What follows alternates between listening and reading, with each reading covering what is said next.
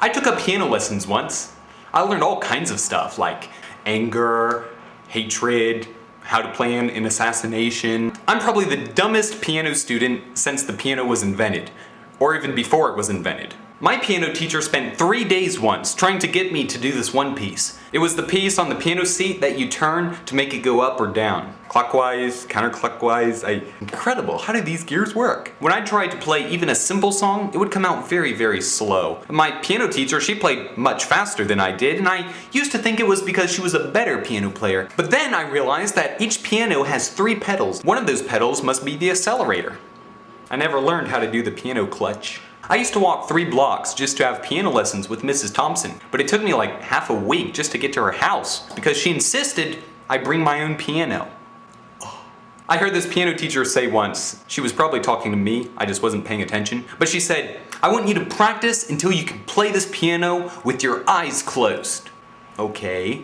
I'm trying to think of a scenario where I would want to play with my eyes closed. Maybe I'll be arrested in some foreign country as a spy, and I'll be thrown into the deepest, darkest dungeon they have. And it'll be so dark I can't even see my own hand in front of my face. But there's a piano in my cell, serving time for having stolen food or something. And I'll be overjoyed because even though it's pitch dark, I can still play the piano. Thanks to Mrs. Thompson, who put me through 10 years of living torment so that I could play with my eyes closed. Or what if you commit a federal crime punishable by death, and the entire firing squad is lining up and the captain says, "Do you want to wear a blindfold?" And you say, "I sure do want to wear a blindfold, sir, because my teacher taught me to play the piano with my eyes closed. So wearing a blindfold won't make any difference whatsoever. Do, re, mi, fa, sol, la, ti, do."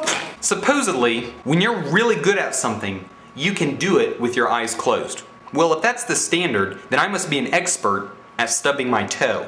I can stub my toe without even thinking about it. It's like a second nature. Happens automatically. I'll be walking through the house, minding my own business, and this table leg will come out of nowhere, right in front of my big toe. Thunk. Ow! Horrific pain.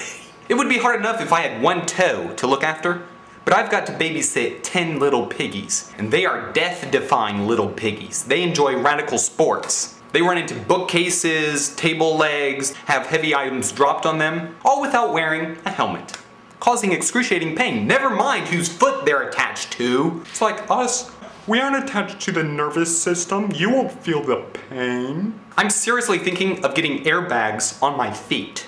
I think our feet were put on backwards because the safest place on the foot is on the back of the foot. A great place to put your toes. It would be great to just turn our feet around. Presto. No more running into things with little piggies. But if we turned our feet around, we could only walk backwards, which wouldn't be very good.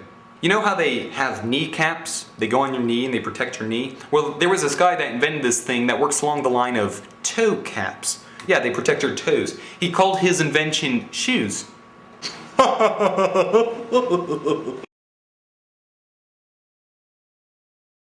I dedicate this cell to Mrs. Thompson, who taught me